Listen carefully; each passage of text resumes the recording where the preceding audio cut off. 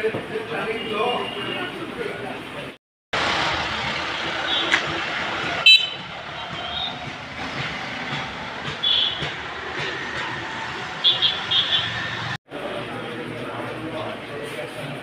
তুলো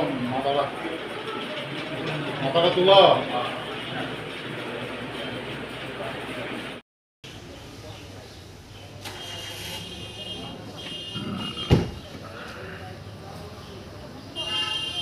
গত 12 তারিখ রাত্রে আমরা স্পেশাল ইনপুটের মাধ্যমে আমরা তেলিয়ামুড়া রেলওয়ে স্টেশন থেকে 30 কেজি গাঁজা সহকারে 4 জন আসামিকে আমরা গ্রেপ্তার করতে সক্ষম হয়েছি।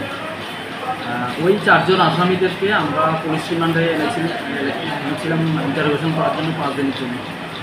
উক্ত ইন্টারোগেশনের ফলে ওদের সঙ্গে জড়িত আমরা আরও 2 জনের নাম পেয়েছি। ওই 2 জনের মধ্যে একজনের বাড়ি দীপঙ্কর সরকার, ওর বাড়ি হচ্ছে তেলিয়ামুড়াতে, কিন্তু সে বর্তমানে আগরতলায় থাকে শান্তিপাড়া। ওর সহযোগী আরেকজন সায়ন সাহা বলে আরেকজন আছে। এই 2 জনকে আমরা কালকে রাত্রেবেলায় আগরতলা শান্তিপাড়াতে অপারেশন চালিয়ে ওখান থেকে আমরা অ্যারেস্ট করতে সক্ষম হয়েছি। আজকে ওদেরকে আমরা মাননীয় আদালতে হাজির করব।